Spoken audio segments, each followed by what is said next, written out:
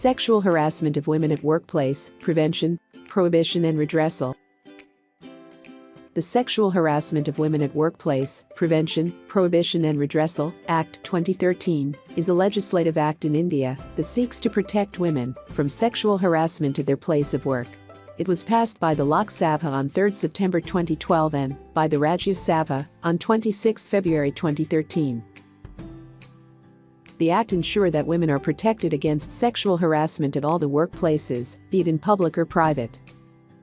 This will contribute to realization of their right to gender equality, life and liberty and equality in working conditions everywhere. The act defines sexual harassment at the workplace and creates a mechanism for redressal of complaints. It also provides safeguards against false or malicious charges.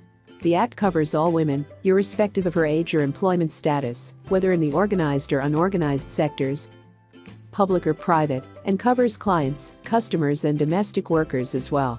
Every employer is required to constitute an internal complaints committee at each office or branch with 10 or more employees. The committee is required to complete the inquiry of reported incident within a time period of 90 days. On completion of the inquiry, the report will be sent to the employer or the district officer. Complaints committees have the powers of civil courts for gathering evidence.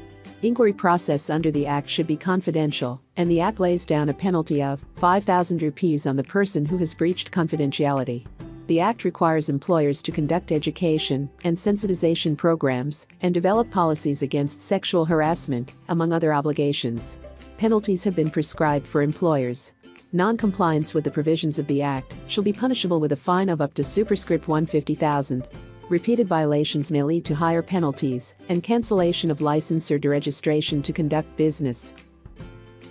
What can be construed as sexual harassment?